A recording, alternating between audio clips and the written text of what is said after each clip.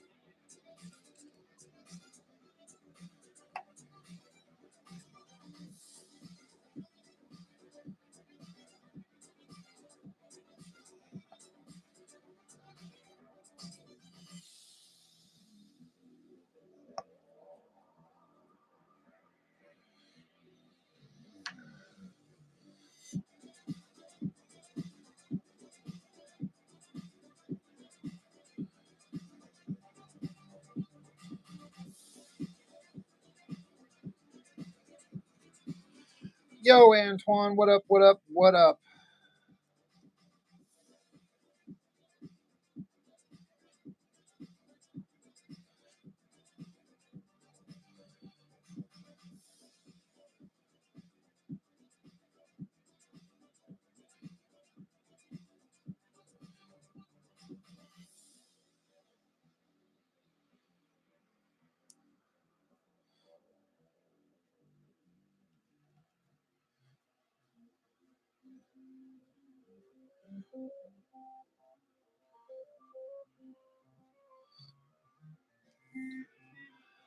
What is going on, man?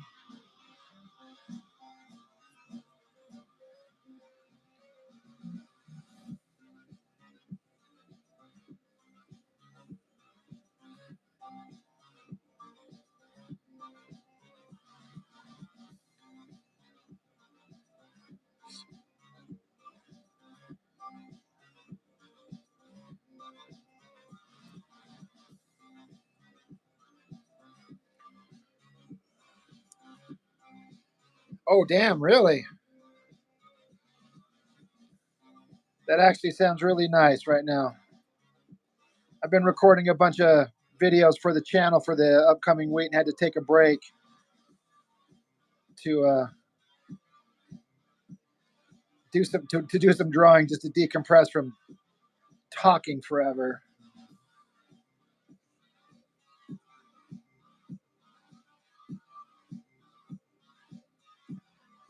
Do I keep my camera vertical for Instagram? Like if I'm doing a video or a live or just posting pictures?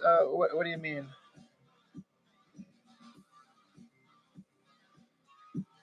It kind of depends on what's the best orientation based on what the app lets you do.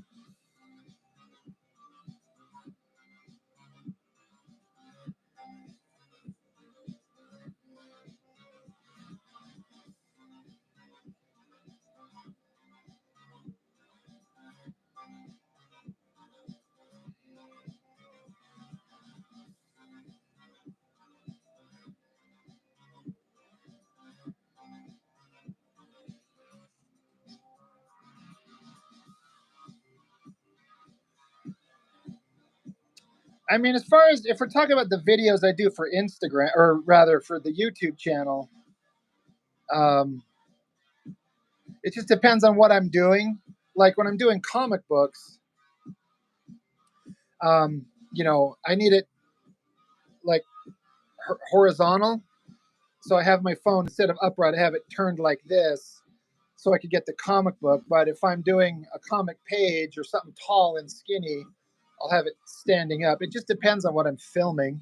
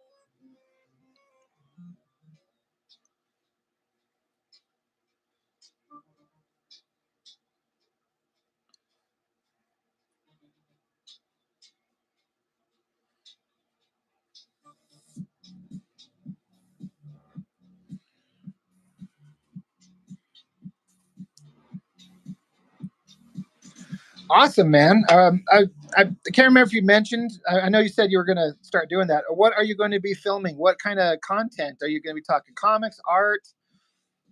Um, what are you going to be doing?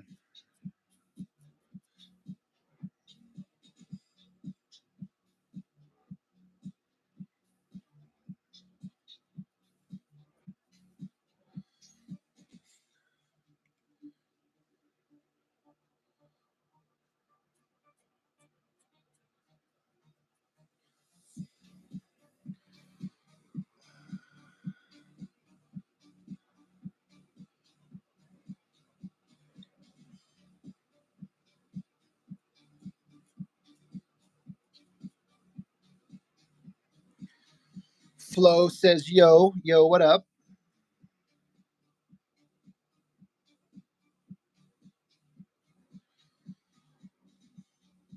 Drawing streams to start. Awesome, man. Well, I'll have to stop in and see one of those. Looking forward to it, man.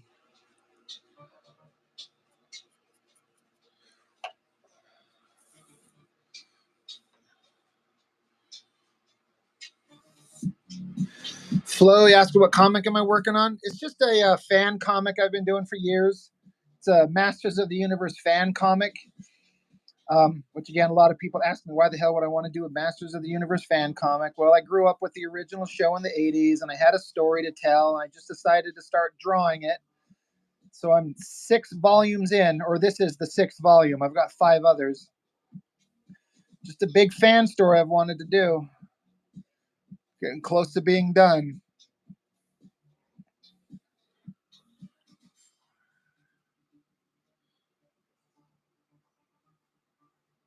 That makes sense. You want to experiment a little bit. I agree. If you make plans too big, it just becomes overwhelming. I agree. Just start with just start streaming drawing. Just start there, and then I think once you do it, you get comfortable. Ideas will start flowing. That's what happened to me when I started making videos for YouTube. I just did it on a whim, and then once I started going and started having fun with it, I started coming up with different ideas and themes and things I wanted to try, and then just kind of grew from there.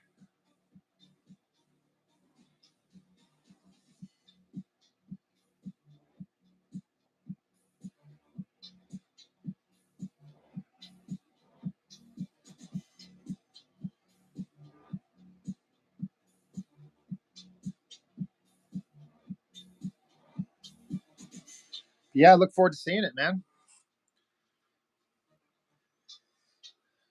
Yeah, it does in a way. I mean, but like they say, the journey is its own reward, and if you put in the work and effort, you kind of can be proud of, you know, what you committed yourself to do and get started on doing, and people tend to seem to respond to it a bit.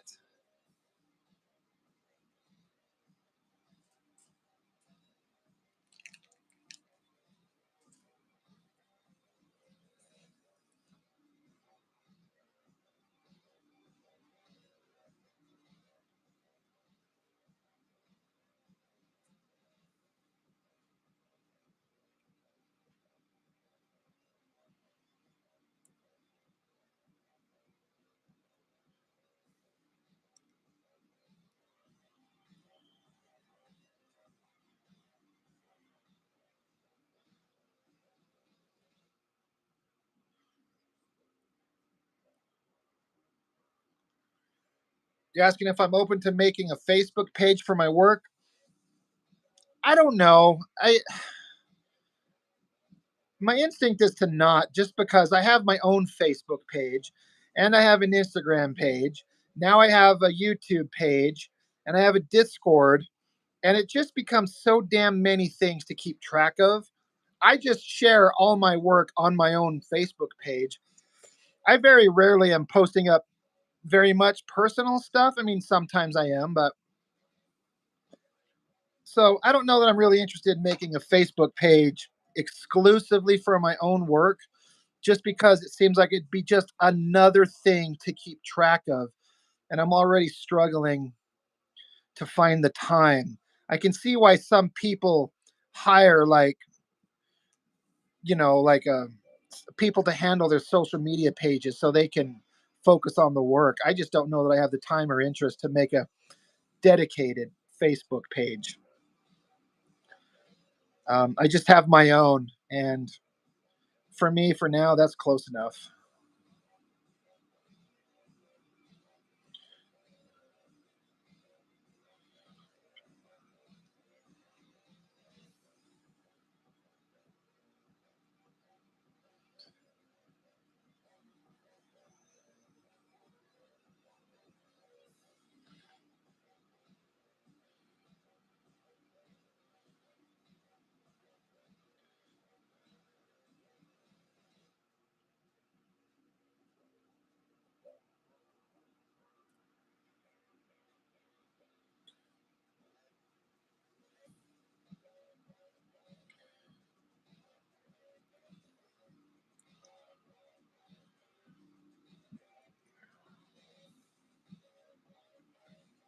And yeah, and for me, it's not keeping my personal life separate, Antoine. It's just I don't care about that. It's just more of the time involved.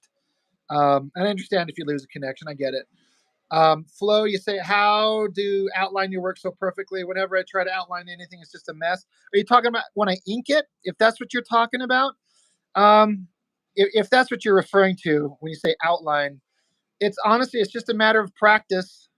You know, I'm 47 and I've been doing stuff like this for kind of a long time. I'm not a pro or anything, but it's just a matter of practice. And eventually you start figuring out a way to make the things do what you want to do.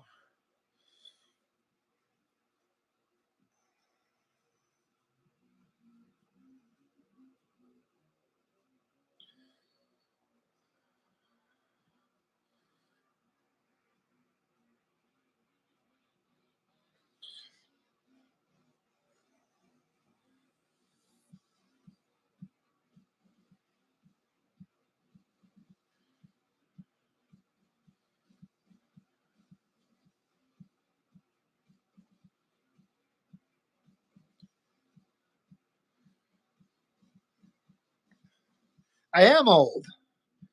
Yeah, I was born in 77. I don't feel very old, but that that number just keeps going up every year. I can't believe how close I am to 50. It's some bullshit. That's what that is. It's some bullshit. I'm not supposed to be this old.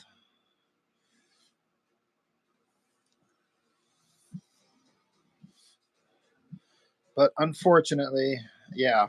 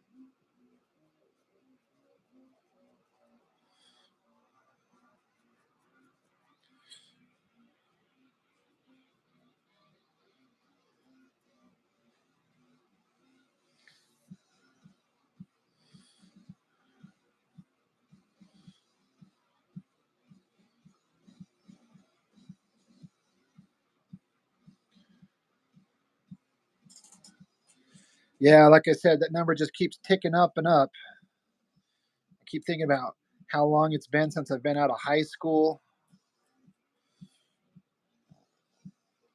And I keep running into people and making friends with a bunch of younger people. And they're like, yeah, I was born in 2005. I'm like, oh my God, you're a child. Just because it makes me feel so old.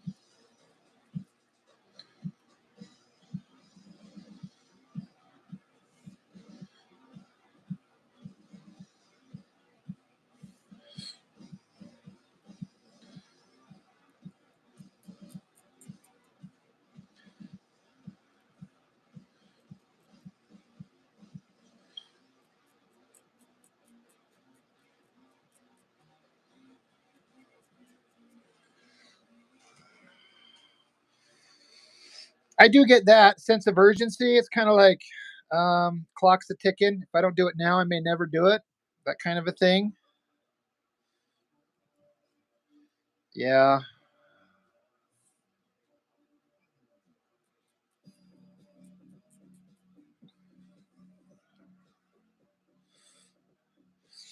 No time like the present.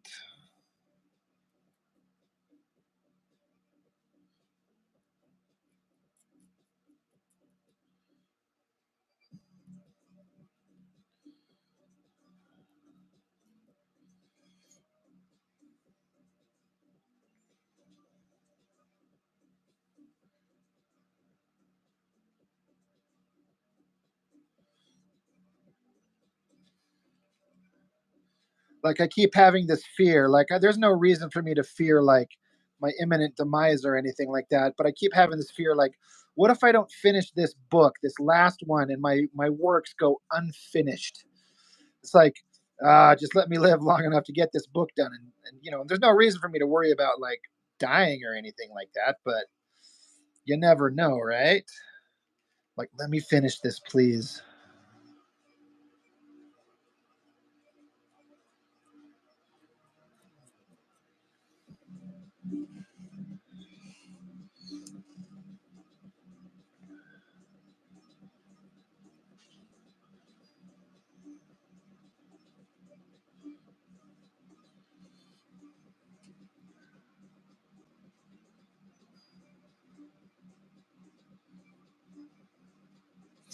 Friend of yours from Moab, Utah, like Utah where I live. Um, Died a couple years ago. A sobering experience. Yeah, that I haven't had anybody extremely close to me pass away. Um, Most likely it'll be my mother or my father. They're both in their 70s. So it's one of those things like that clock's a tick in, and that's going to be a hard situation to handle.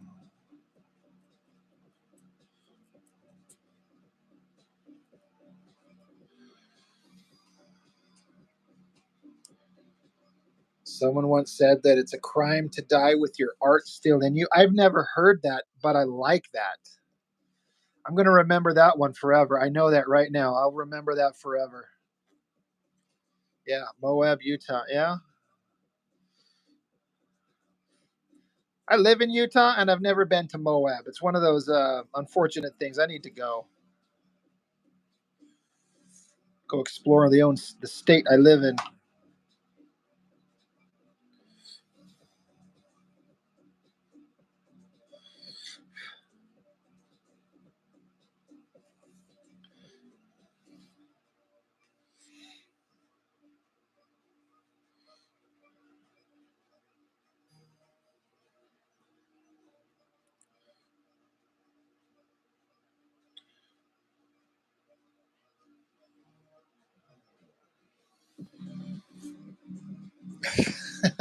That's part of Utah's charm, is the rocky kind of surroundings.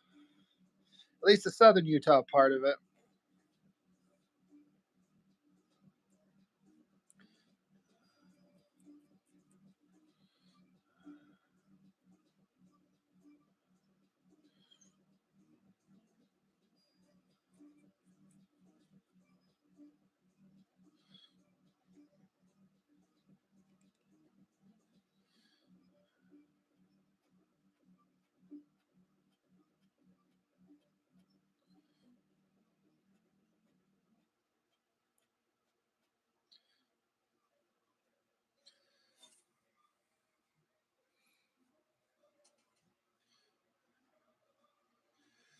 There's lots of if depending on where you go in Utah, there's a lot of places like that. But yeah, people tend to know it for the deserty, rocky formation. So I get what you're saying.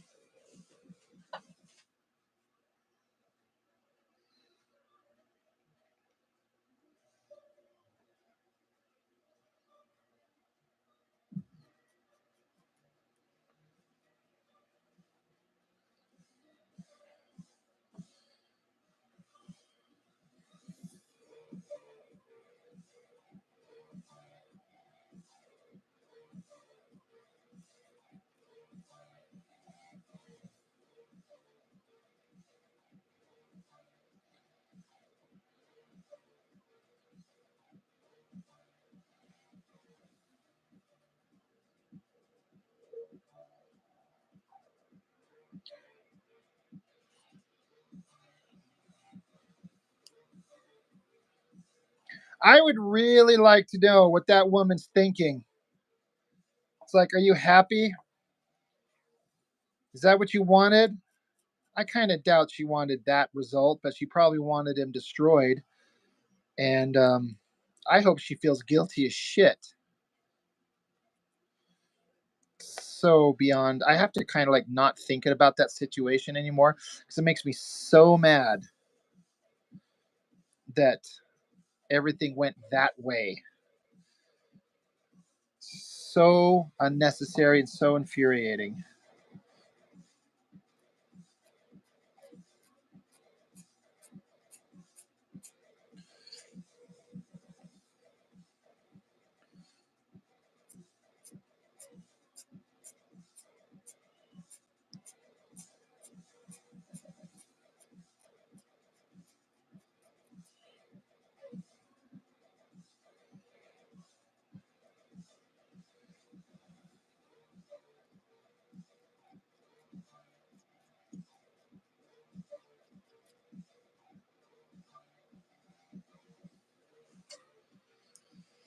But yeah, I would really like to know what she thinks now.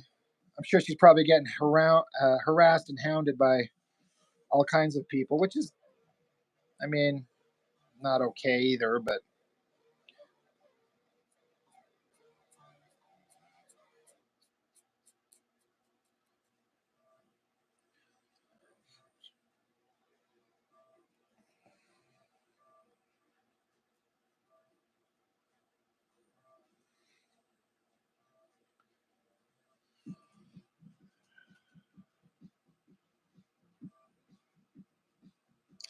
yeah, you're right. You don't want to forget it, but you don't want to think about it, but you can't forget it.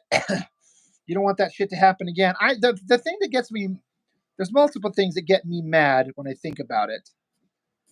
And the thing that I can't let go the most is all those fucking online twats that piled on Ed. And especially the guys, like, I follow this group that was supposed to be built in like love and respect of cartoonist kayfabe, and so many of them just suddenly were like, "Fuck him. I thought he was a creeper anyway. I'm kind of not surprised. I was kind of done with him anyway." They contributed to his demise, and now they're all going to play innocent. And boy, God, does that just infuriate the shit out of me. That there's people out there that contributed to it, and they're pretending like nothing happened. Yeah, and she doesn't need to be harassed. That's not okay. But I would like to know if she like has any fucking remorse. Like, oh, look at, you contributed to the death of a man that, and the shit she said, in my opinion, probably not true. I don't believe it. There's nothing that I saw that was enough proof to be like this happened, or at least not the way she spun it.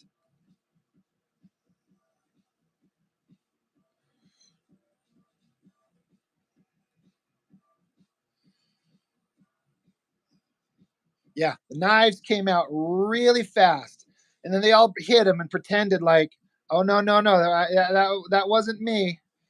That wasn't me." Fucking bullshit. It wasn't you. You guys know who you are.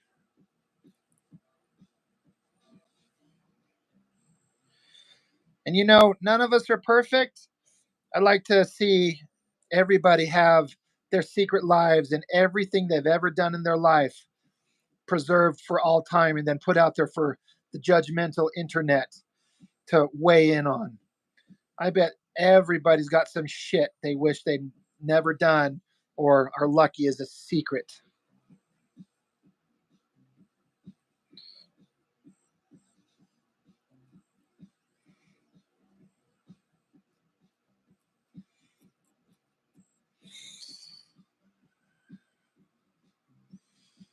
Yeah.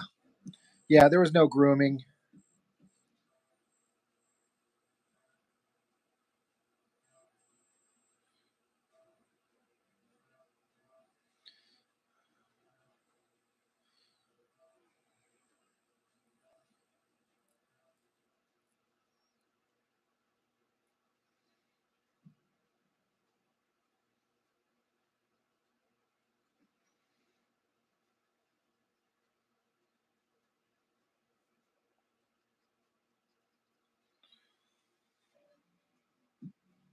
Yeah. I mean, we've all got shit that we would never probably tell anybody, or even just thought you have, or just a situation you kind of got roped into and you didn't really expect it. And you're like, holy God, am I glad that I didn't do that? Or like,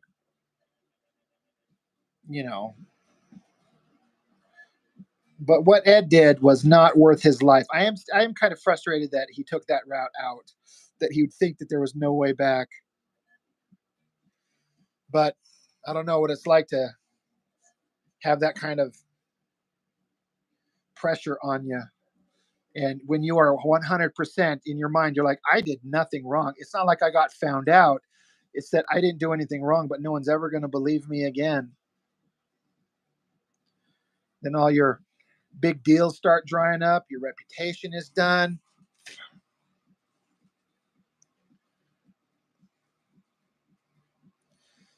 D man, praise the Lord, Rob is back. Maybe Rob never went anywhere in the first place. Oh, yeah.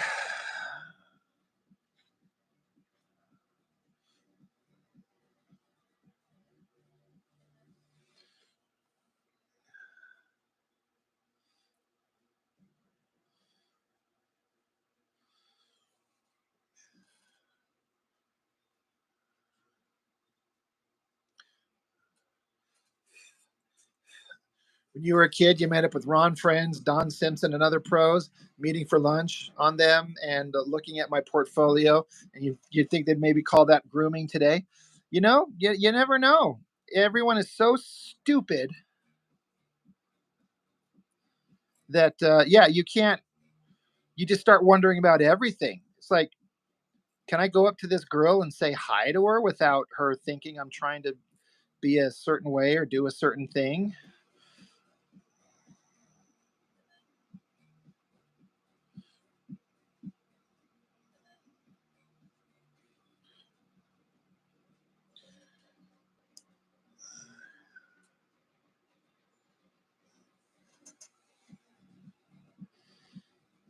Yeah.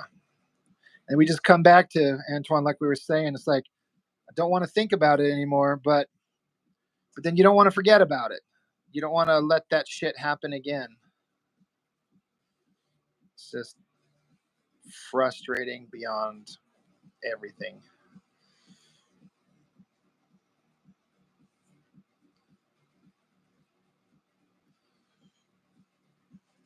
D man, you're on the stream talking about atheists and devil worshippers in pro wrestling. Well, that sounds fantastic. We're not talking about that weird shit over here, though, so that's lucky. Whew.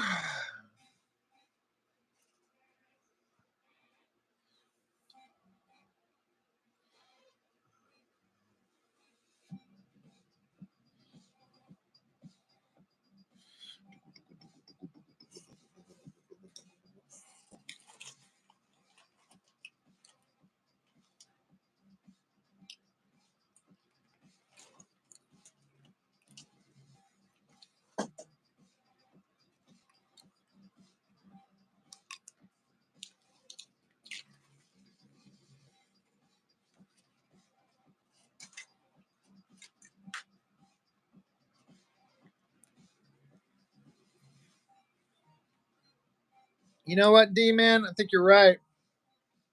It's hard to argue with that.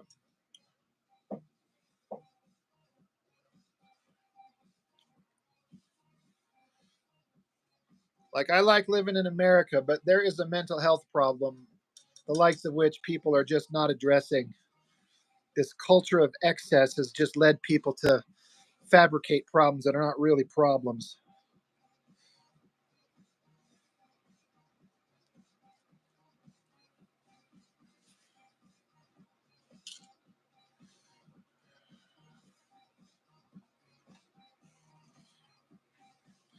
You got to have a strong kind of mental fortitude to separate the insanity from reality and find true happiness. And what sucks is, I may have mentioned this before, but there was a video that Jim and Ed were doing recently, and I can't remember what they were talking about. Um, they were talking about some other creator, something like that, and they were talking about how this creator was saying that their life is boring, and Ed Piskor said, "Yeah, there's another word for boring.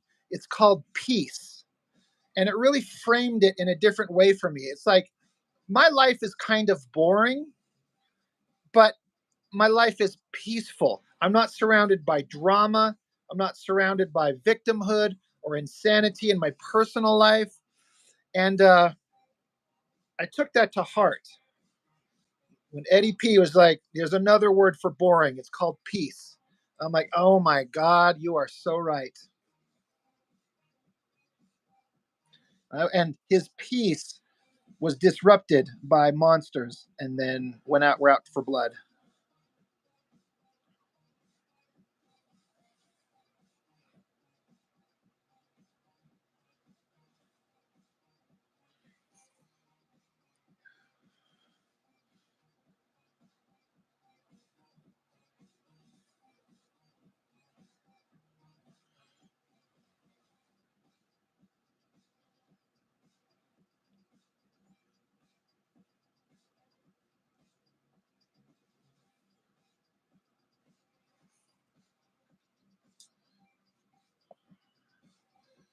Yep, the age of victimhood, because they got nothing else in their life, so they have no meaning in their lives. So the only meaning they can come up with is to be a victim.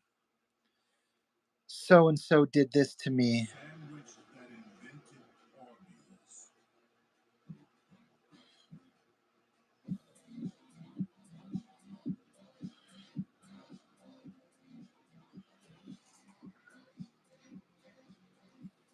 Yeah, you got peace and you cherish it. Exactly. Yeah.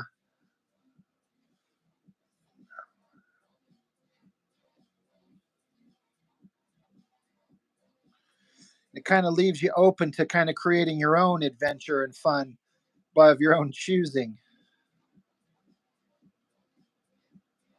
when you've got peace.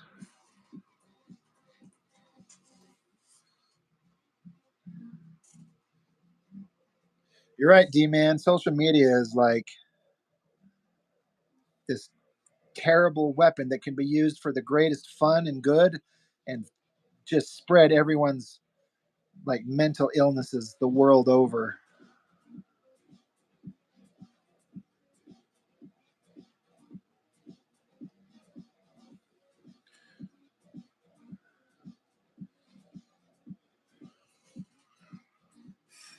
So many of those, so many of us women. Yeah.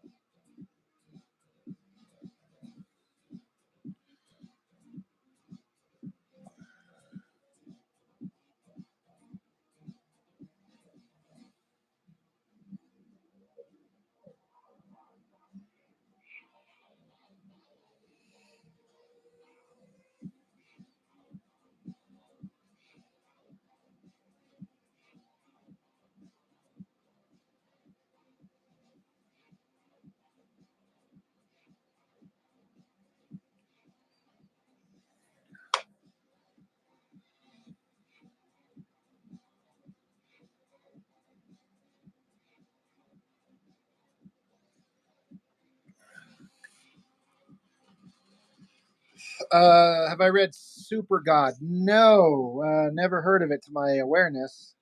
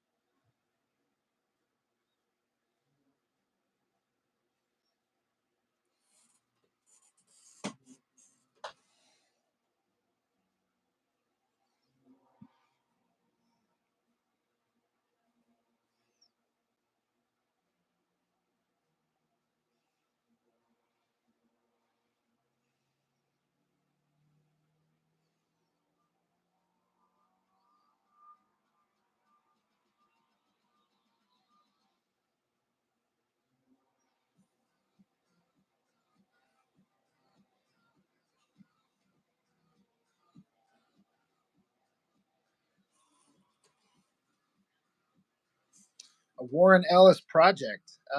Well, now you said the magic words to get me interested.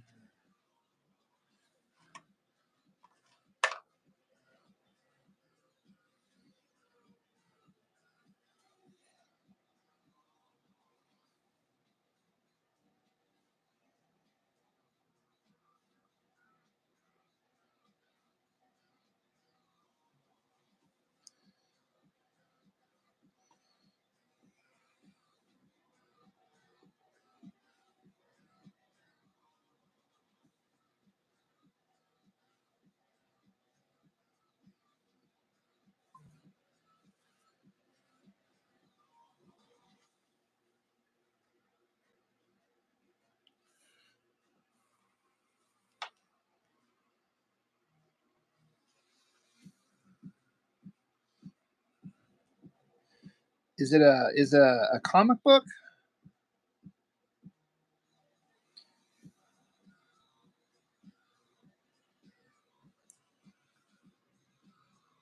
A mini? Okay.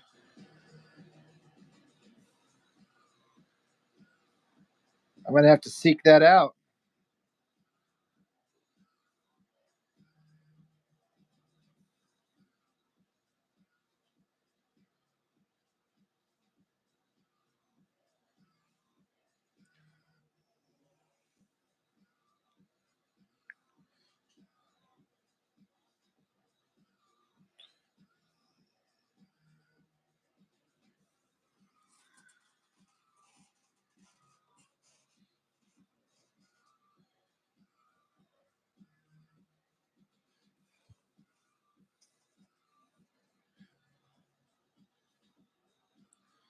Was that pre Warren Ellis trying to get canceled by all those people? Was that before that?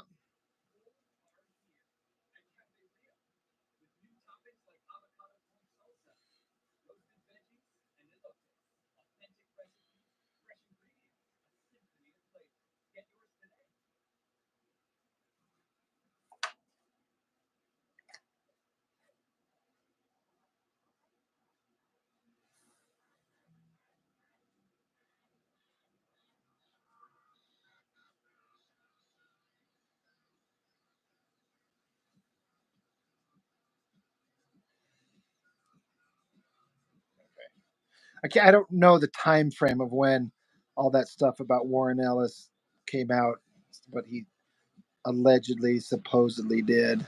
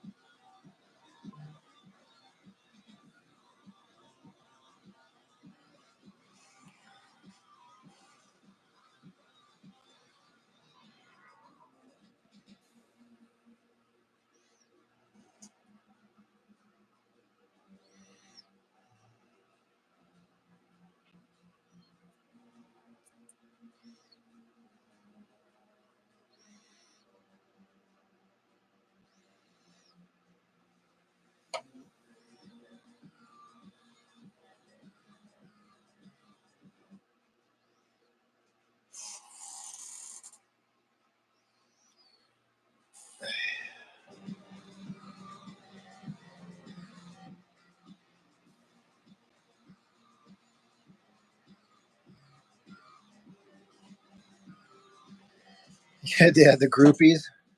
You know, the thing with that Warren Ellis thing, from what I read and I understand, they said he used his position of power and whatever to maybe make promises in exchange for whatever. I'm like, you know what? If these were grown ass adult women that made these choices, fuck them, which is exactly what Warren Ellis did. I'm sure he fucked them. But who cares? I don't care. You know, you're a grown adult. You made your choices. Live with them. You don't have to do any damn thing that no one wants you to do.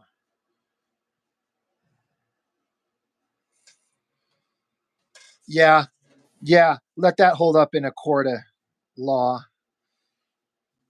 Mr. Ellis, could you show us how you hypnotize these bitches? He's like, no, because I can't, because that's not a thing.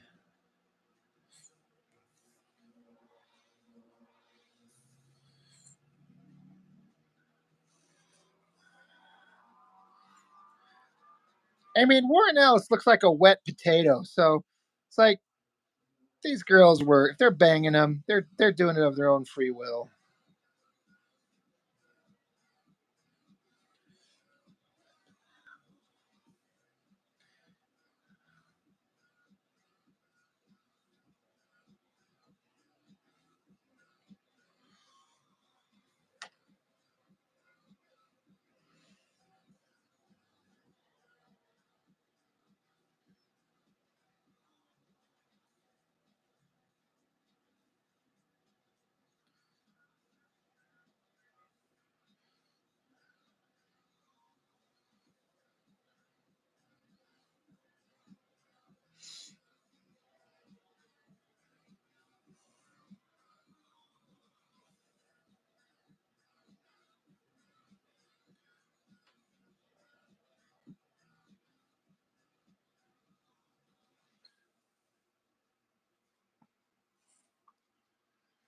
Whew.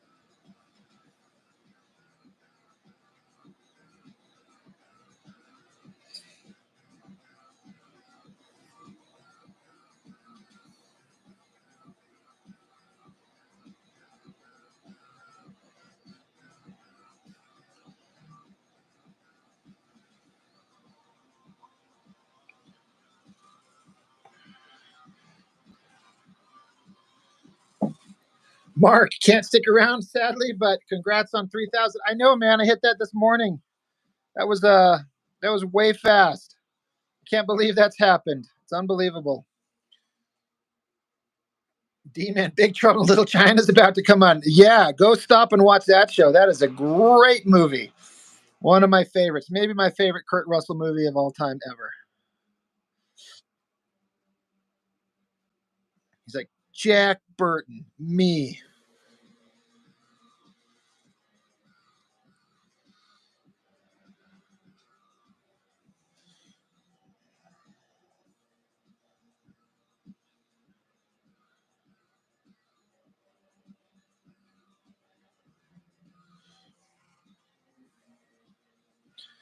Yeah, man. The time it took to get from like 0 to 1,000, and then from 1,000 to 2, and then 2 to 3, infinitely different. It gets so much quicker every time. It's crazy. Yeah, the thing is really, really, really good. Yeah, for sure.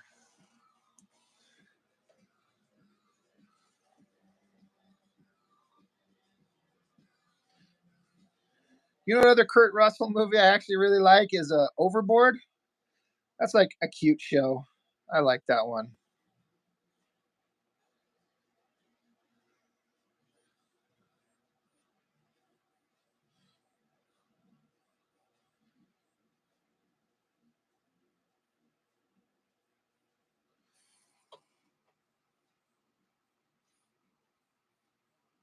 Yeah, exponential growth. I mean, yeah, I guess that's what it is, man. It's just weird how that just starts just clicking up there.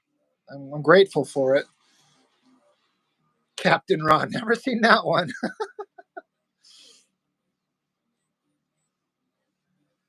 Hello, forever, Eli. Does that say? Saying hey.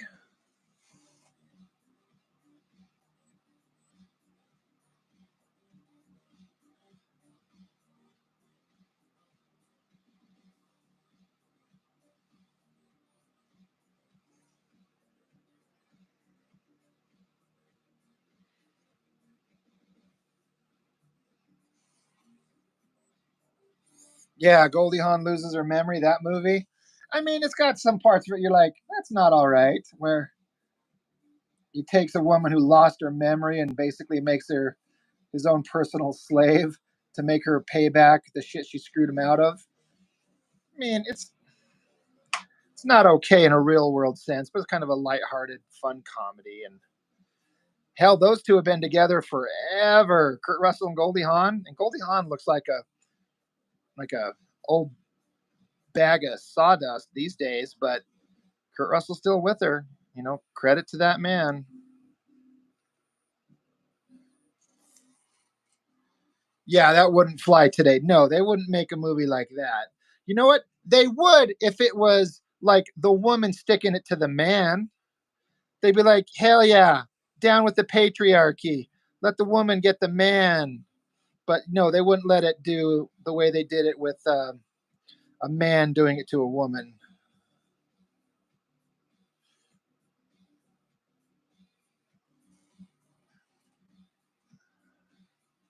Oh yeah, Goldie Hawn 50 years ago.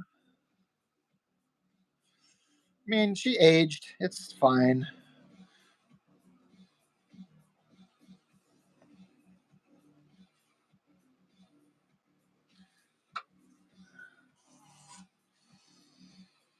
Whew.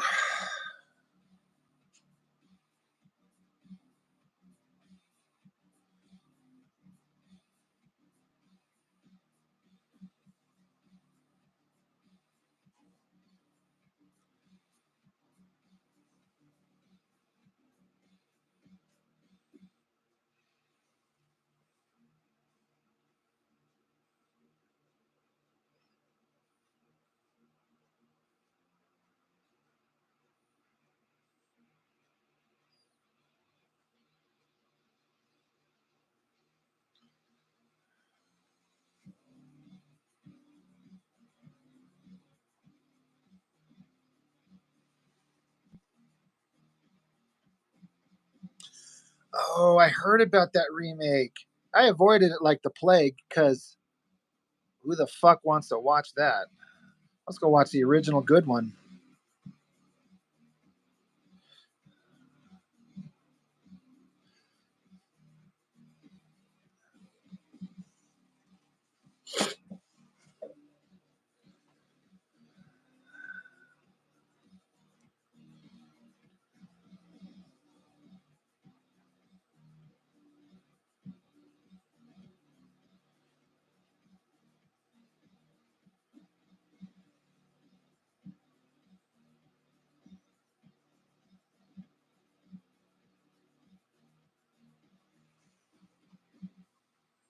You snuck in and watched it, you criminal son of a bitch.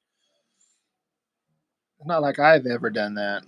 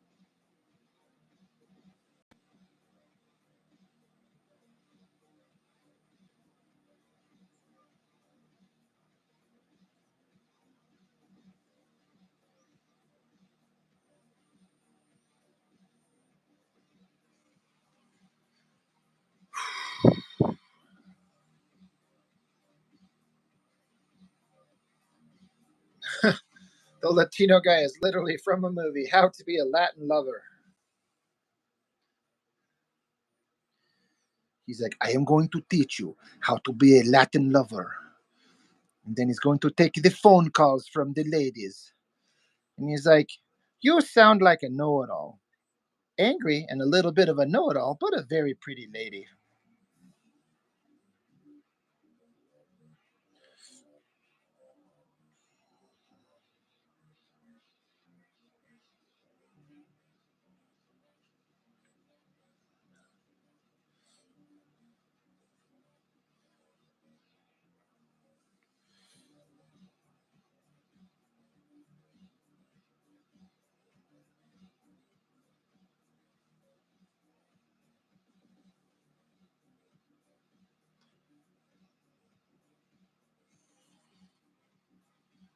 That's what he sounds like. See?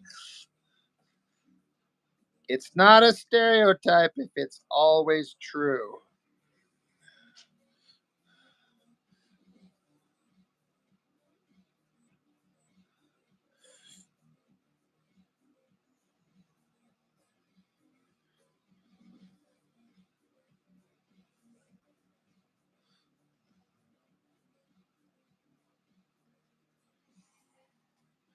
Kayla and Liam, how's it going? I remember you joining up last night, was it? Yeah.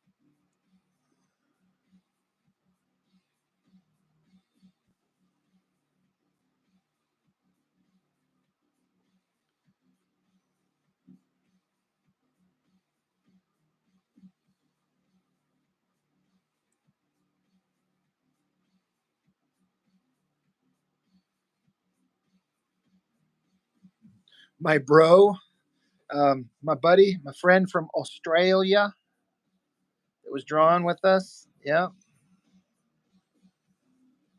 It was a fun stream last night, actually. Everyone was having fun conversations, and it was an enjoyable one. I'm glad you found it. Keora from New Zealand? Is that what you're saying? Sorry if I'm asking an obvious question from what you just listed there, but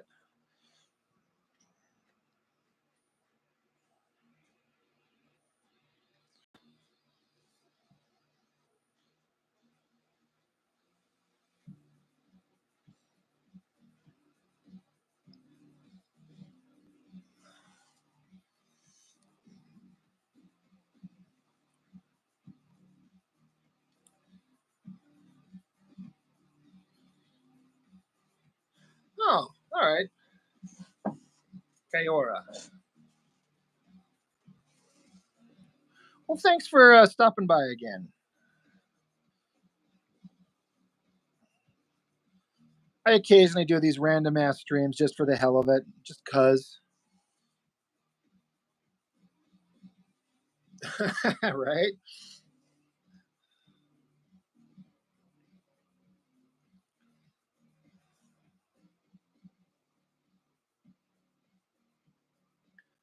The way my subs are growing, it won't be too long. It could be just a couple of months, honestly, before I hit 4,000. It's crazy.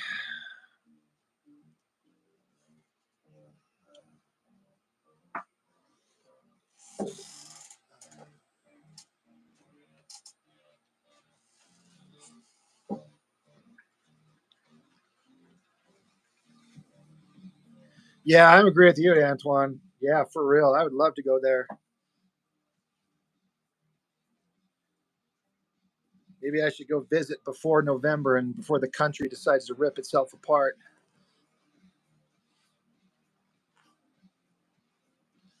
But I can't do anything dumb like that. I got kids to look after.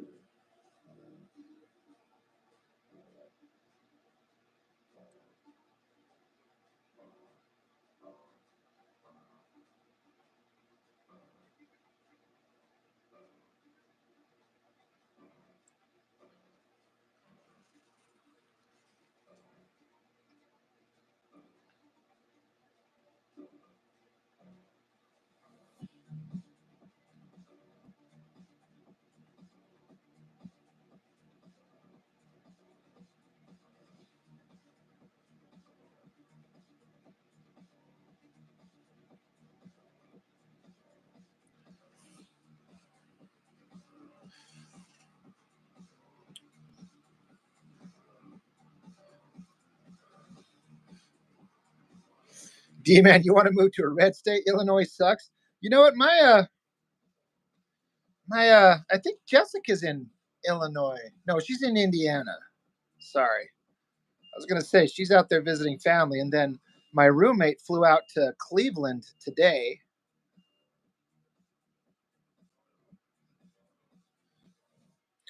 Someone saying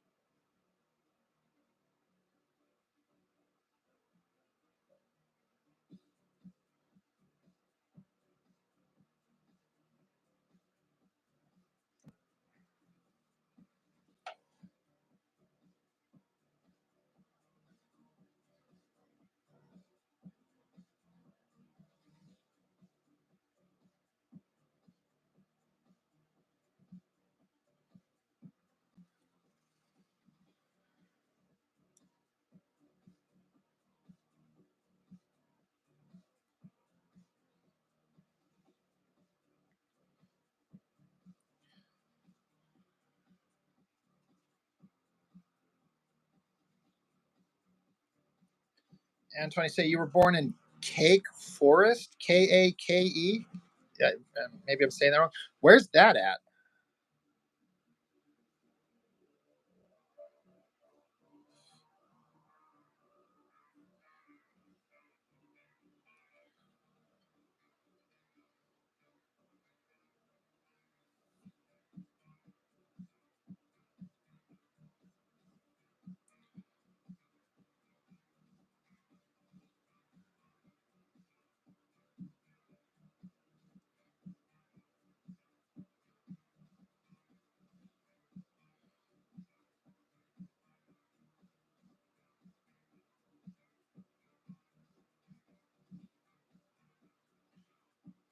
Lake Forest. All right.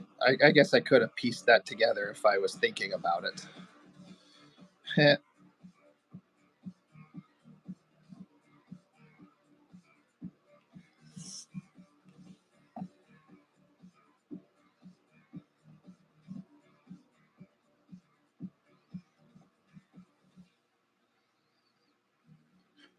But still, where is Lake Forest? I mean, it sounds familiar, but I don't know off the top of my head.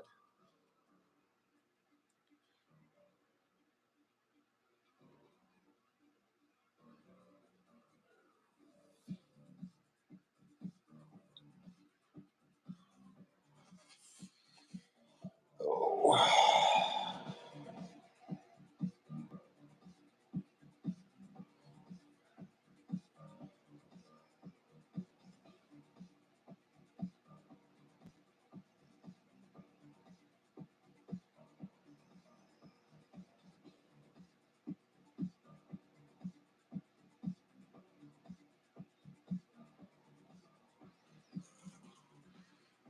Illinois, an hour north of Chicago. Okay, all right. But isn't Chicago and Illinois itself just kind of becoming a leftist shithole in general? I mean,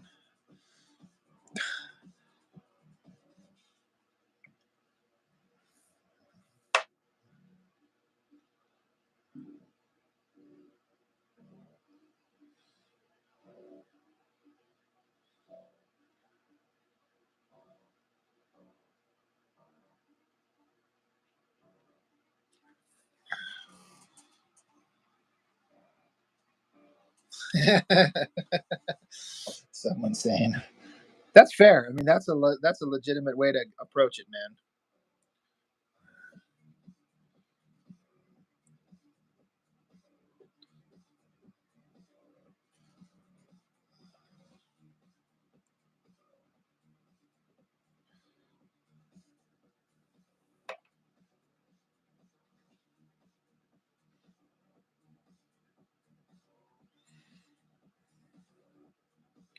I did something yesterday that would piss off a lot of lefties. I went and took my Glock 17 to the firing range and shot it for the first time. That was a lot of fun. I enjoyed the hell out of that. How dare I have a gun? Tried to get a girl I know to come with me, take her on a let's go shoot guns date, but she wasn't interested. So fine, hell with her.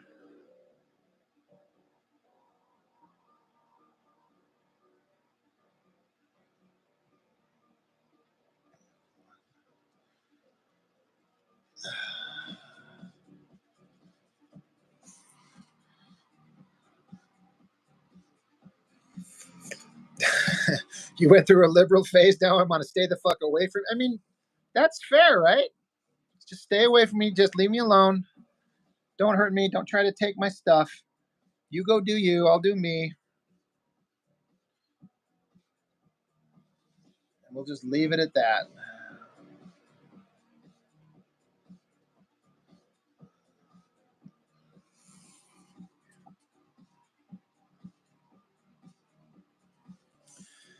Yeah, the Glock wasn't going to be my first choice in that I wanted to get something a little bit more, for lack of a better term, flashy. I've always enjoyed old school Berettas. In fact, I had when I was a kid, and I actually still have it, like an old Beretta cap gun where they used to make them all black. It looks very real. And I wanted to get one of those, but I decided for my first purchase, I better go with a reliable, easy to maintain, easy to find parts, gun for the practical side of it, rather than spending something a little bit more flashy but less potentially reliable.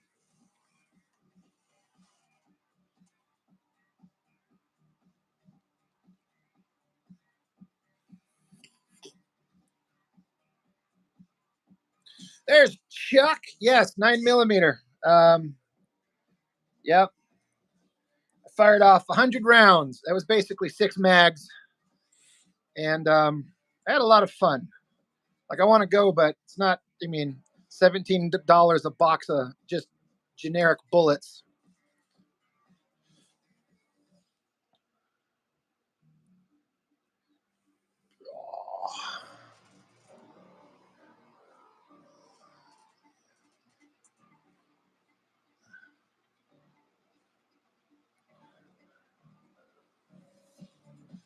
Well, now I have to stop inking. I can't ink when Chuck's watching. I get stage fright and I can't perform.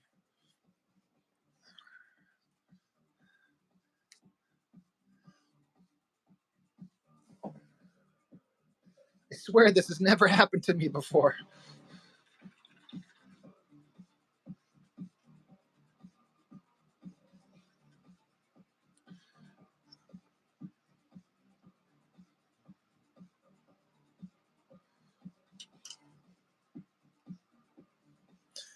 You need a phased plasma rifle. Oh, there we go. Uzi 9 millimeter. You know your weapons, pal. Oh, my ass.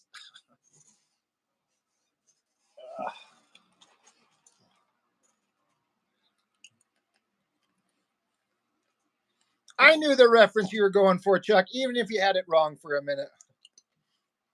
I'm a nerd.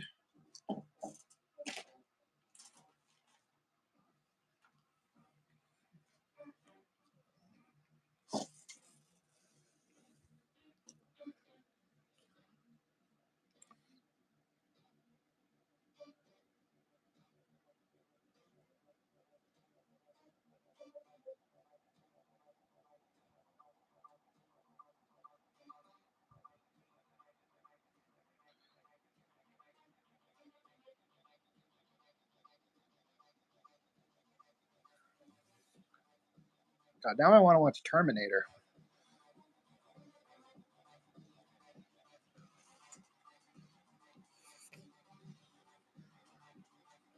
You're old and can't remember these things.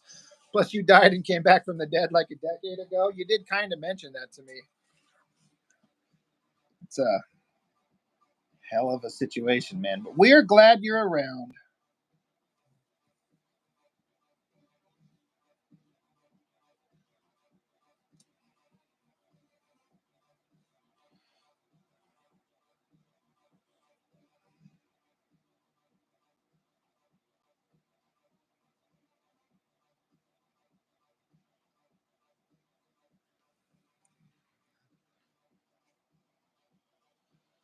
Yeah, yeah, yeah, yeah, yeah.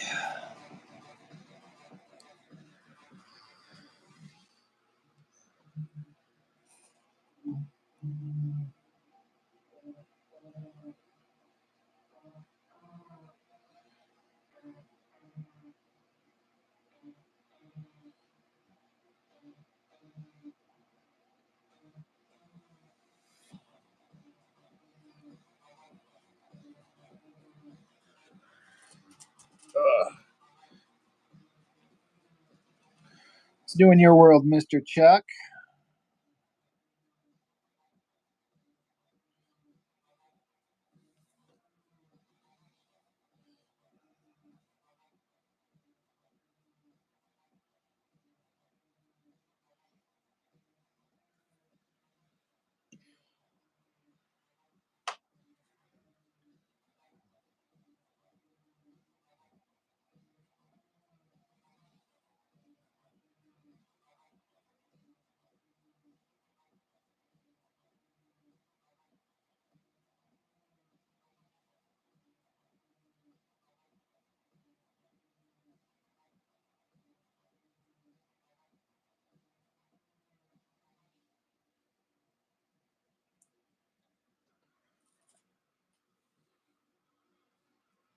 Not exactly, but yeah, a little.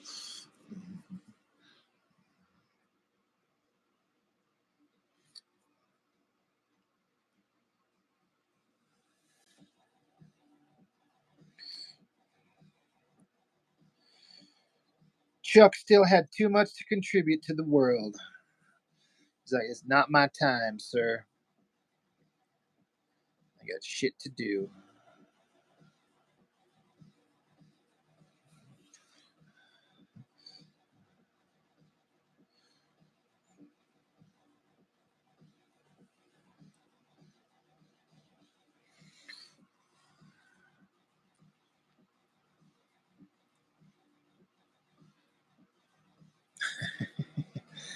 Hell but run by Mr. Chuck. That would be, I'd go to that party. It's like, now I want to go to hell. Did you hear who they got running that shit? They got all night keggers with Megan Fox all over the place. And she is ready and willing.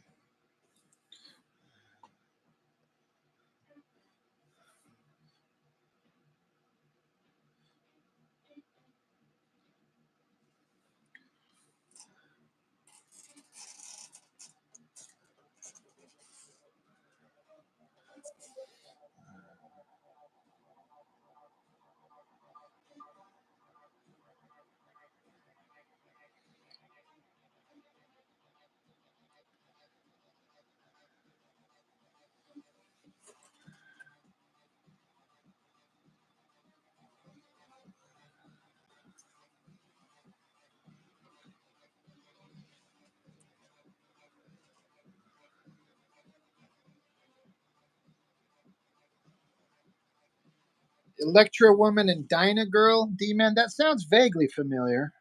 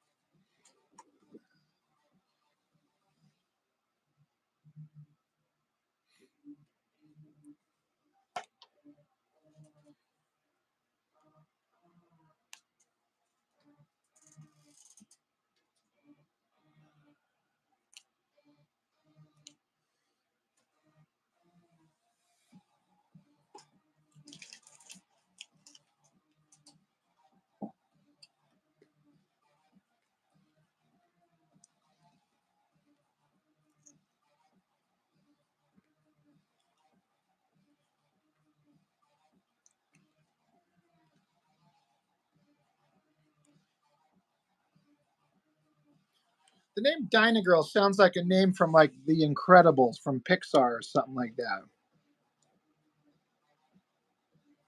I don't know why that's what comes to mind. I mean, I'm sure that's not right, but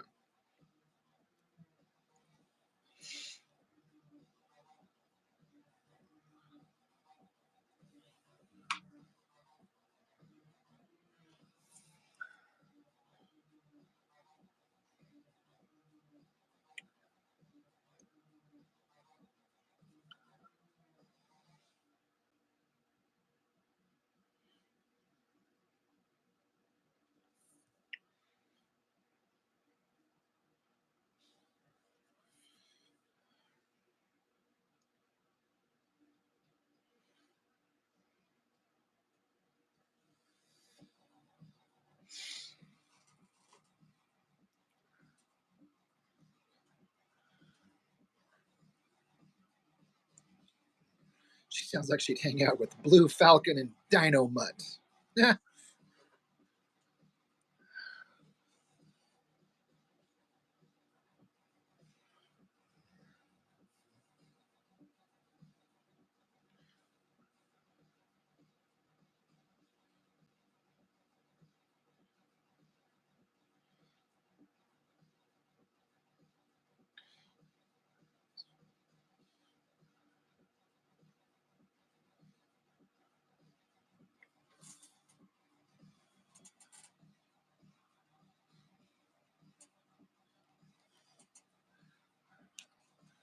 But lame white hipster comedy is my favorite, D man.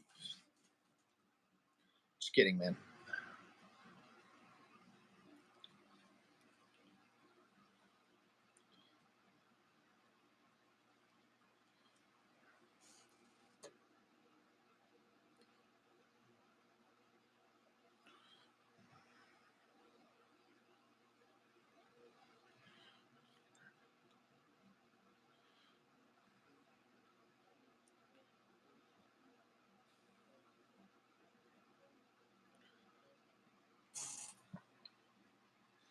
You're right. I am a lame white hip, right? That's what I am saying.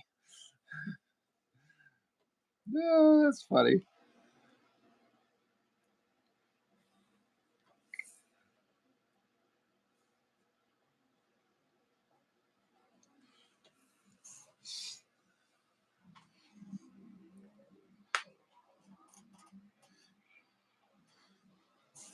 Random, have you guys heard of this artist that would do stuff in heavy metal? This Aspiri? I'm assuming I'm saying his name. I think it's Alfonso Aspiri. You guys know this artist? Not not the cover artist. That's Louis Royo, but I just filmed a video with the story that he did in this thing. I've had it for years, but I cannot get over how good this guy's art is.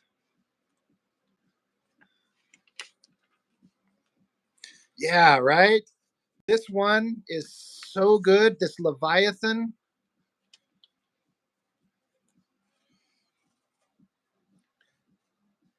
Yeah, I kind of I think I remember looking that up that he's not with us, but I just filmed. I mean, a little bit ago, a couple hours ago, filmed like 40 minutes just going over this story. I can't believe the colors that he uses. It's a difficult video to film considering the main girl character is naked through like 90% of it, but I found a way to get through it somehow.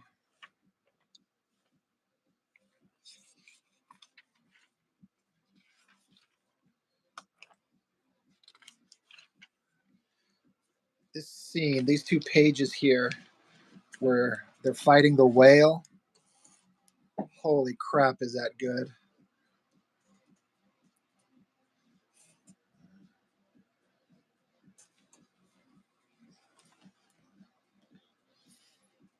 Yeah, this one's probably going up tomorrow.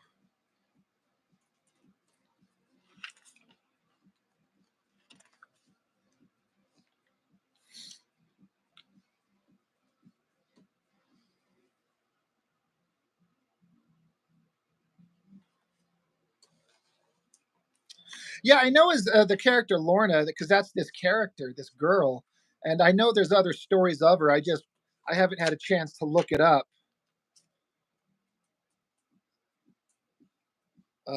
Yeah, you know what's interesting, Chuck? You say you have this. So the story's called Leviathan, right? You see the big handmade letter on that artwork? You spelled it wrong. There's supposed to be an H for Leviathan, right?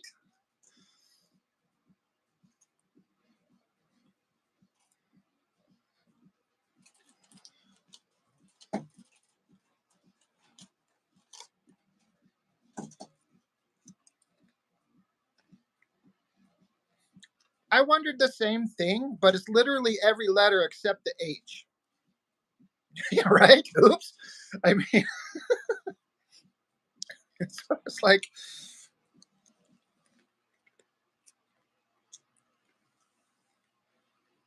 so isn't, yeah, is it a,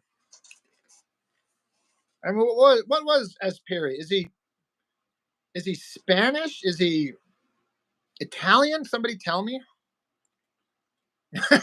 Like, honestly, Chuck, I didn't pay attention to that. Like, I've had this for like decades, right? I didn't notice until like a few days ago.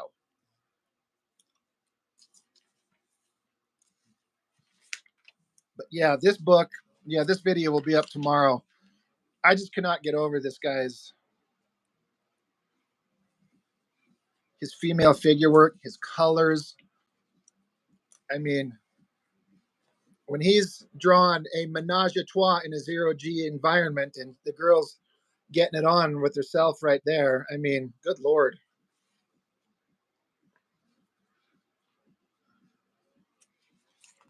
He knows what we're here for. I love this shot of this ship, this seafaring vessel, because the story is basically like this girl Lorna in a future sci-fi Moby Dick situation, and this is the Pequod. This art is just, oh my God, is it good?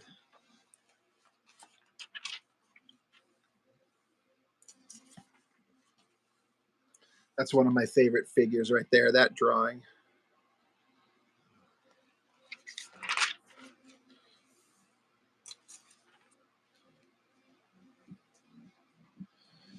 Someone saying it's as Piri, Azpiri.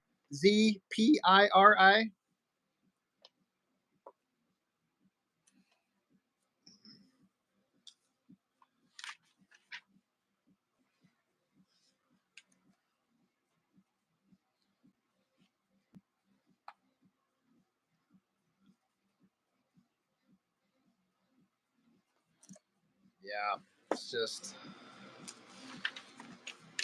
fantastic stuff.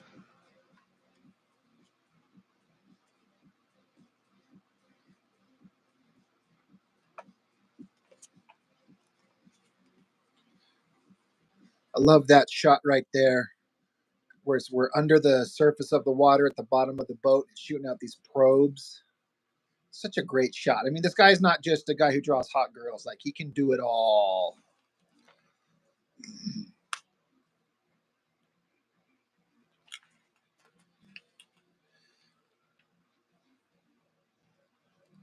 Yeah, it's just shocking how good he is.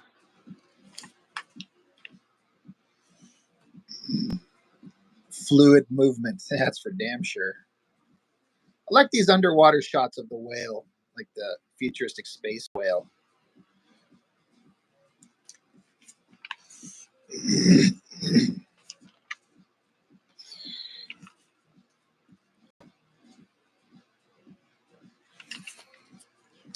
Anyway, this one will be up tomorrow.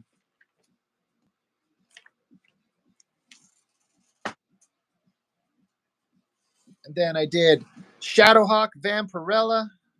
That one was just ridiculous.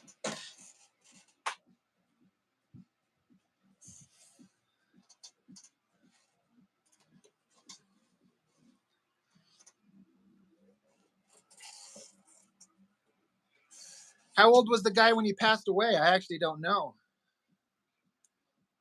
That's a good question, Chuck. Yeah, that guy's use of color, Antoine. It's just, it's, it's perfect. It's perfect.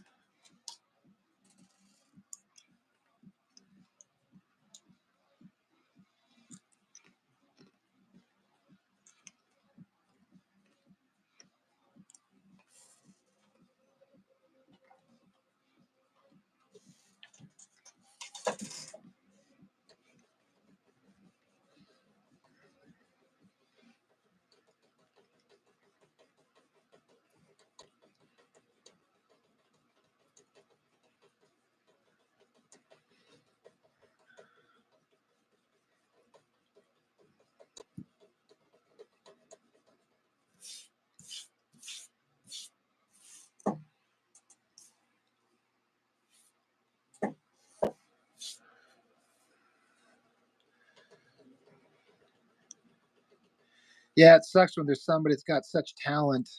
I wonder how long it took him to do his pages. Like they look really involved, you know. I wonder how long it took him. You know, he's like each page several days. It'd be interesting to find out.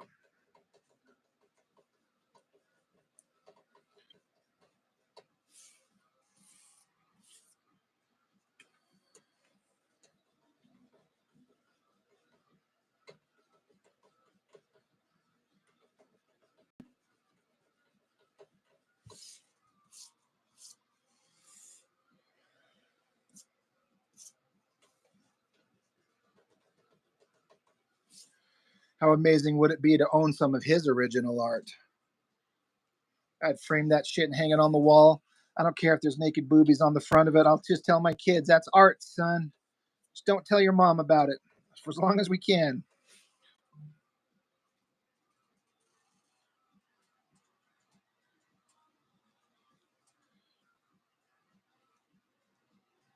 It's a good point, Chuck. You wonder if he had some assistants helping out. That's fair.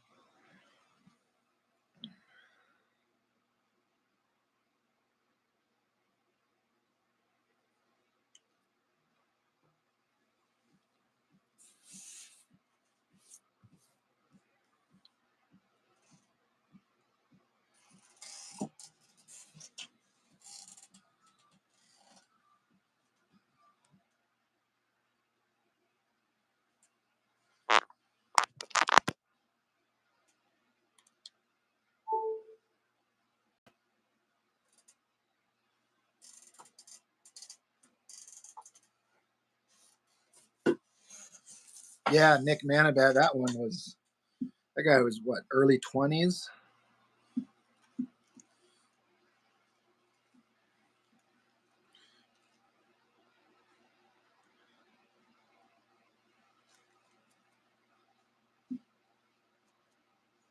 Well, that's interesting, Chuck. It makes sense.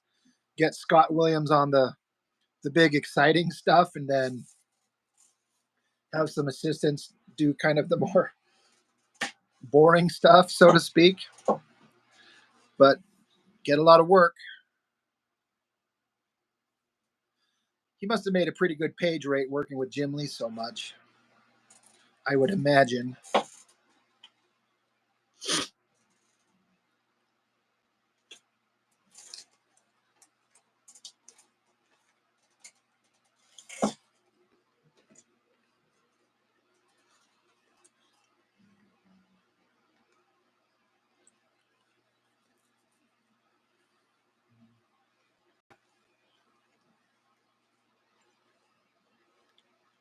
Good Lord. Wildcats, Cyberforce, Wetworks.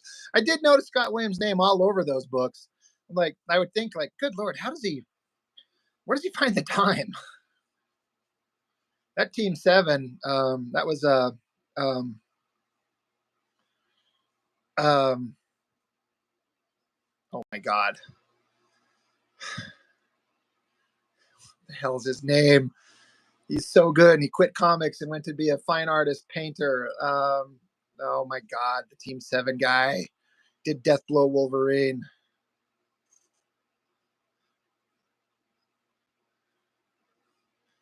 Oh, is that who JD is? John Dickinson. I've seen that JD. I didn't know who that was. And D man, I'm always hating on Brandon Choi. Them stories sucked.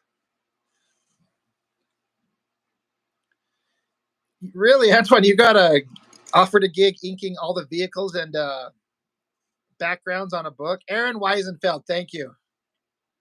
Well, then who did Team 7? Wasn't the original Team 7 Aaron Weisenfeld? I'm I'm pretty sure Weisenfeld did the original, right? I mean, he had a really hyper detailed style, and then Deathblow Wolverine, he like pared it down to a much more simpler kind of Jeff Darrow look.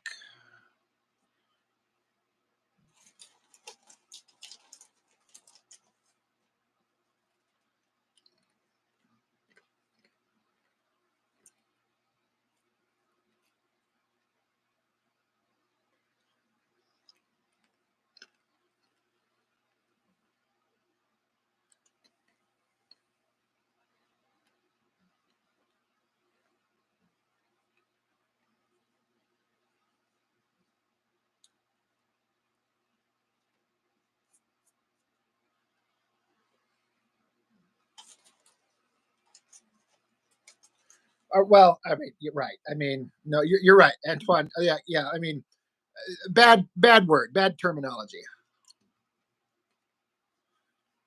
Yeah, Jeff Darrow was not simple. No, not at all. But a clean line versus cross hatching, I guess maybe.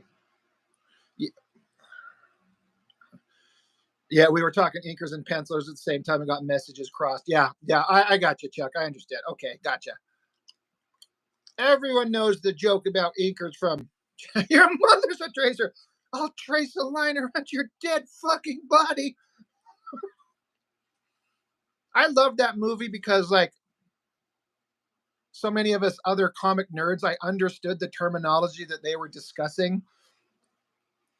When Banky was explaining what an inker does, I had depth and shading. Only then does the image truly take shape. I'm like, I know what he's talking about. I 100% understand.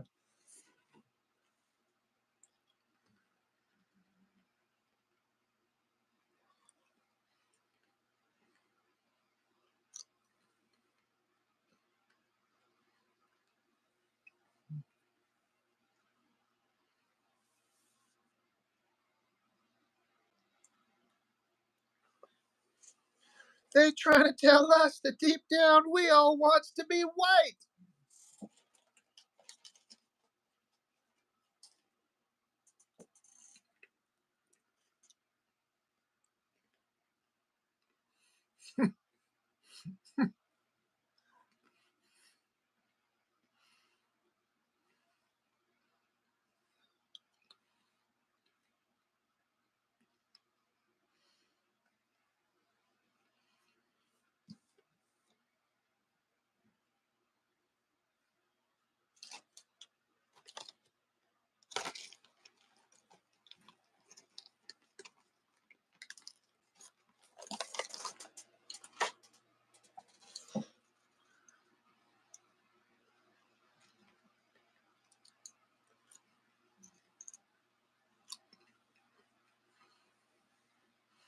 You know what, Chuck? That's why I want them to make more movies like that. They should just like that and Tropic Thunder when you got Robert Downey Jr.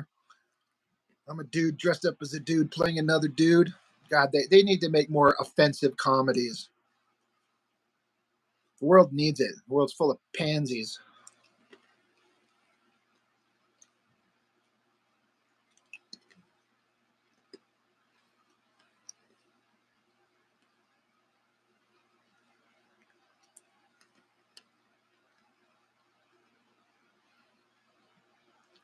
Isn't Christopher Priest like an alternate name for his actual real name? Or am I thinking of someone else entirely?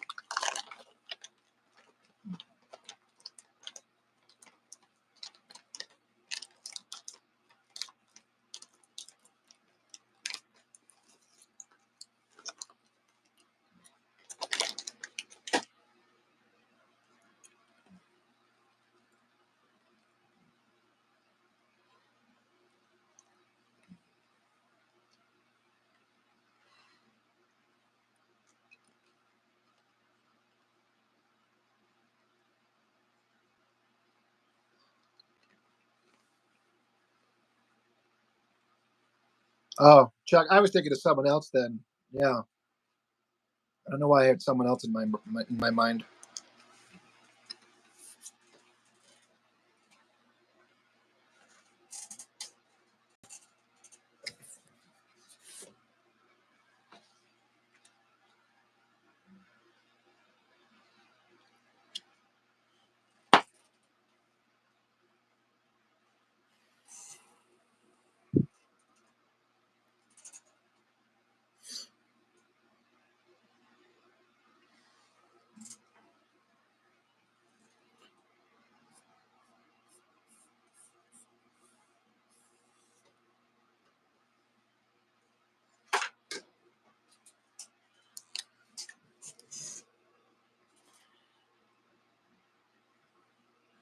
Michael Delafonte.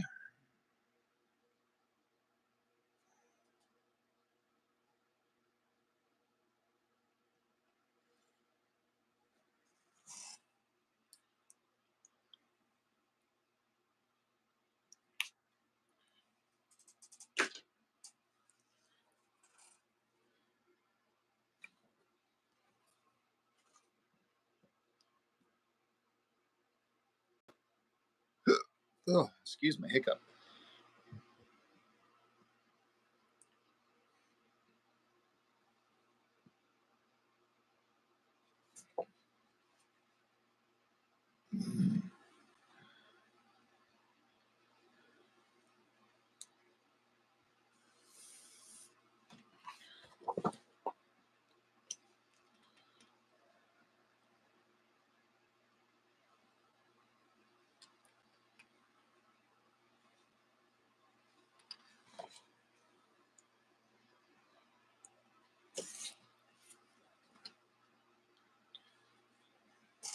Ugh.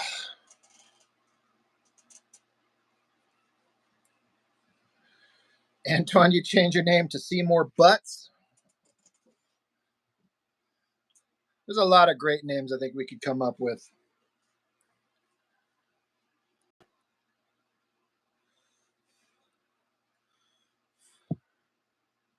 Yeah, I agree with you, Chuck. I mean, a good story is a good story. Can only a woman write woman stories? Can only, you know, a Chinese guy write a story about Chinese characters? Like, I don't know. It could work both ways.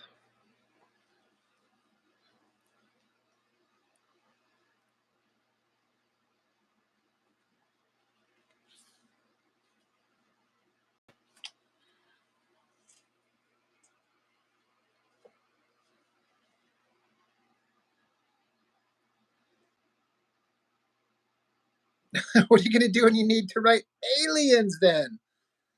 Oh my gosh, that's so funny. Someone saying you're right. Well, if that's the thing, then they can't write white characters, right? There you go. No one can write anything. Everyone just has to stay in their own bubble and interact with people that look like them.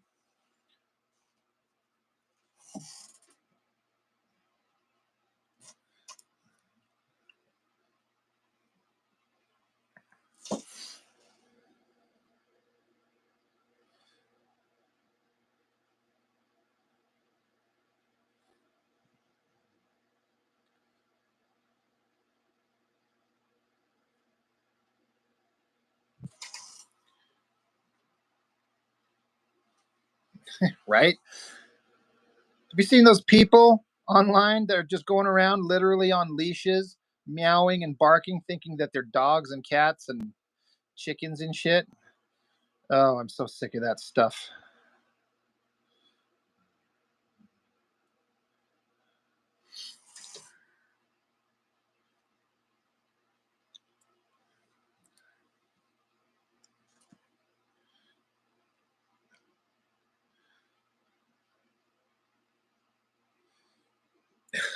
We need an alien to do the cartoon voice of an alien, right?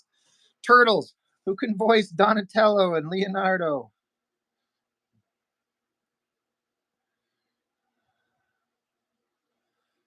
It's a slippery slope, my friends.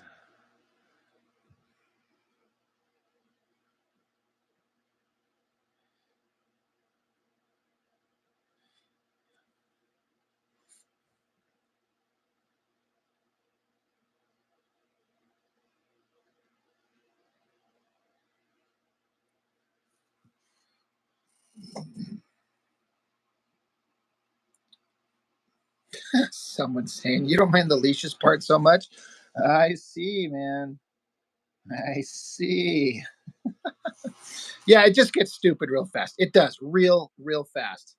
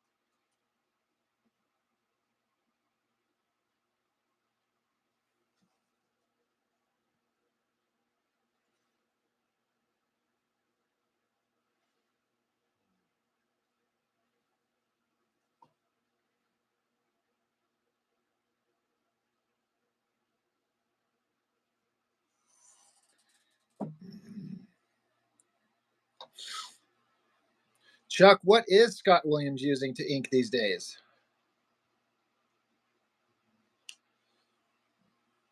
I like that, Antoine. You have a Japanese samurai story. You admit to your lack of familiarity with the culture as an impediment, but it's still my story and I make no apologies. Beautiful. Like, write it, tell it. 100%.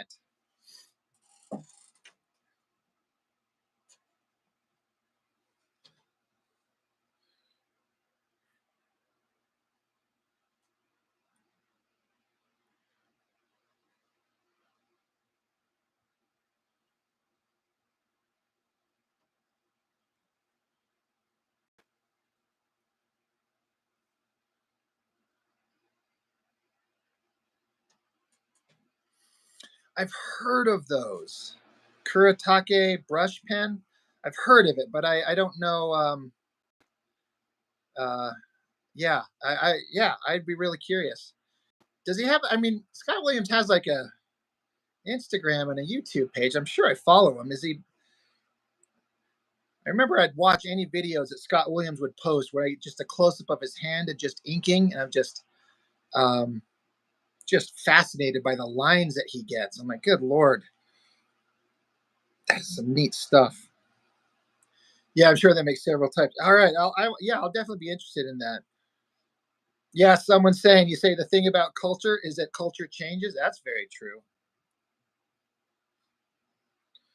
I'm a white guy. I don't know about it because white people don't have culture. Is the argument?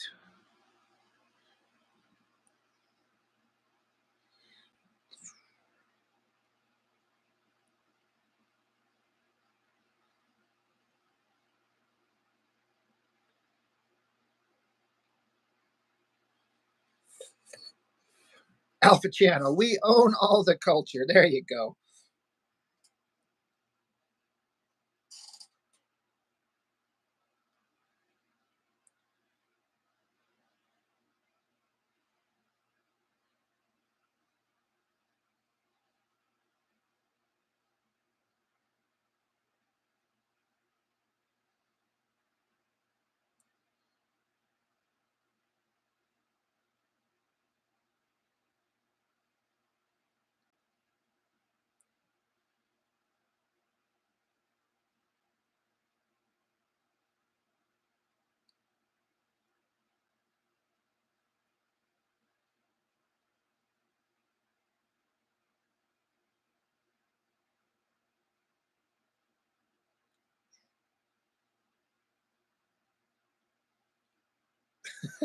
I was wondering if you're going to shout that out, D man, because I know. But I was wondering, is he going to tell people that?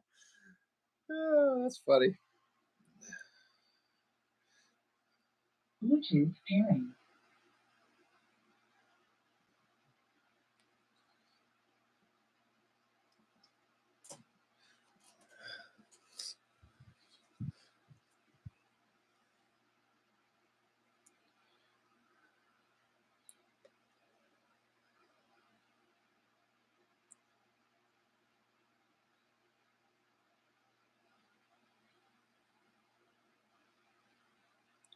Larry Stroman, Chuck.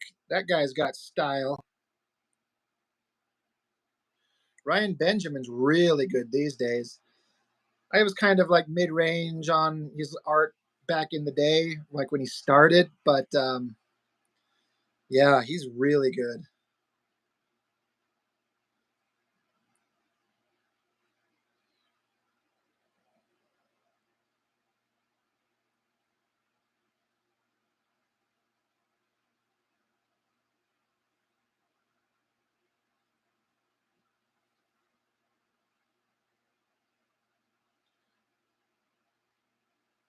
That's awesome, Chuck. You got to work with them on Union.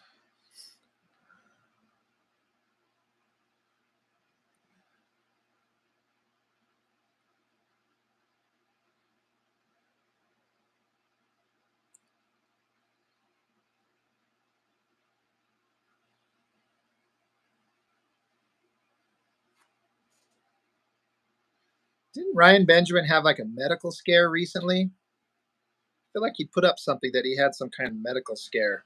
I was worried that something was really wrong.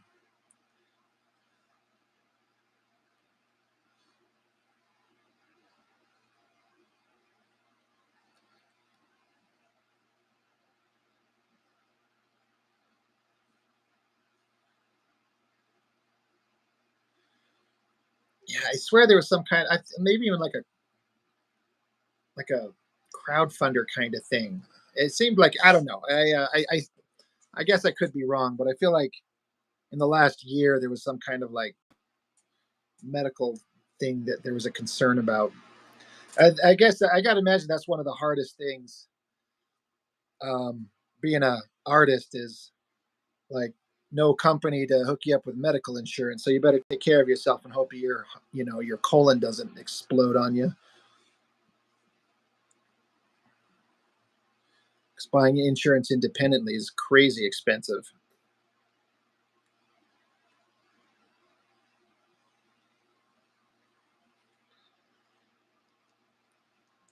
Worked on Union, Fire from Heaven, and Grifter. Right, awesome.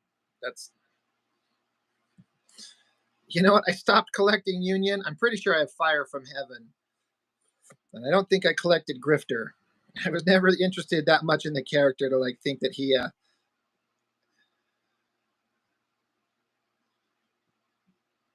Dude, being a comic artist is a shit job. If I could go back in time, I'd try to talk myself out of it.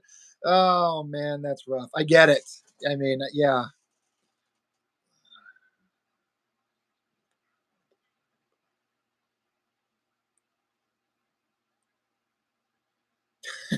Nathan Judd. No time for Grifter when you're reading Cable. Somebody loves his Cable character.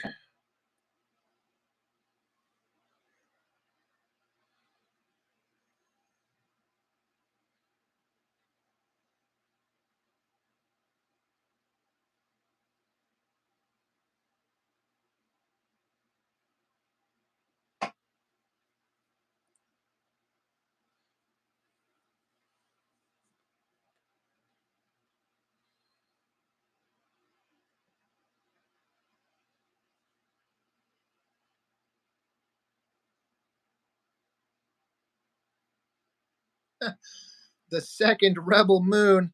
I will not watch that crap. I heard that first one was god awful, and I hear the second one's even worse.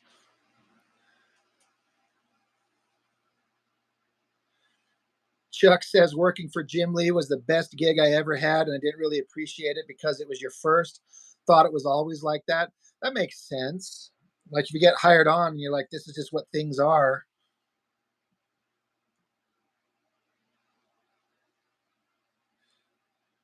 What was that like? How long did you work for him? Was it like 4 years, 5 years, something like that? Was it? Did it end when Jim Lee sold his studio to DC? Is that when you moved on, or was that way later? Am I thinking of? I'm sure I got my time frame wrong there. Actually.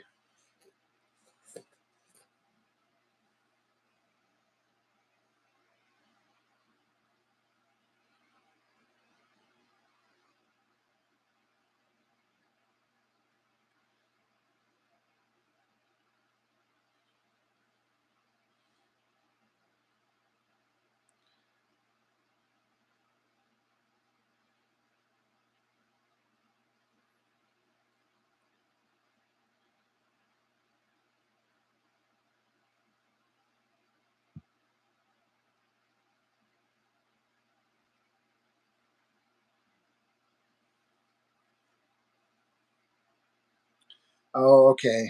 Yeah,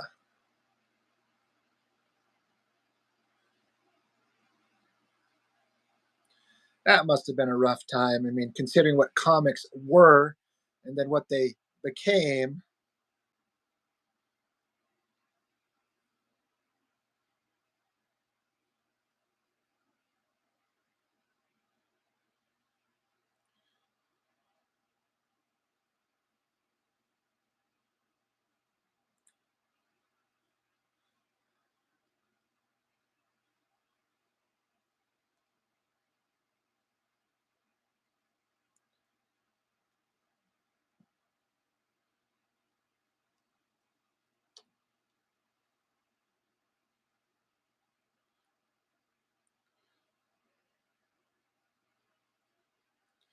Guys, I think I need to shut this down. I've been in this chair for way too long because I recorded like 4 videos before I started drawing, and we've been here 2 hours. So I feel like I've been in this chair for 4 hours straight. And my ass can't take it anymore.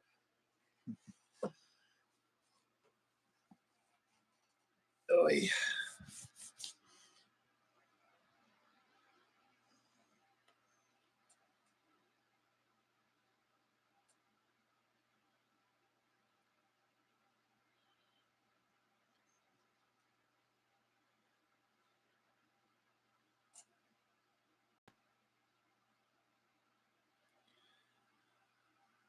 Yeah, guys, thanks for stopping in. Yeah, yeah, yeah, and yeah, joining the stream yesterday. That was awesome, man. Oy. Yep, I gotta call it a night. Thanks, everybody. Appreciate it.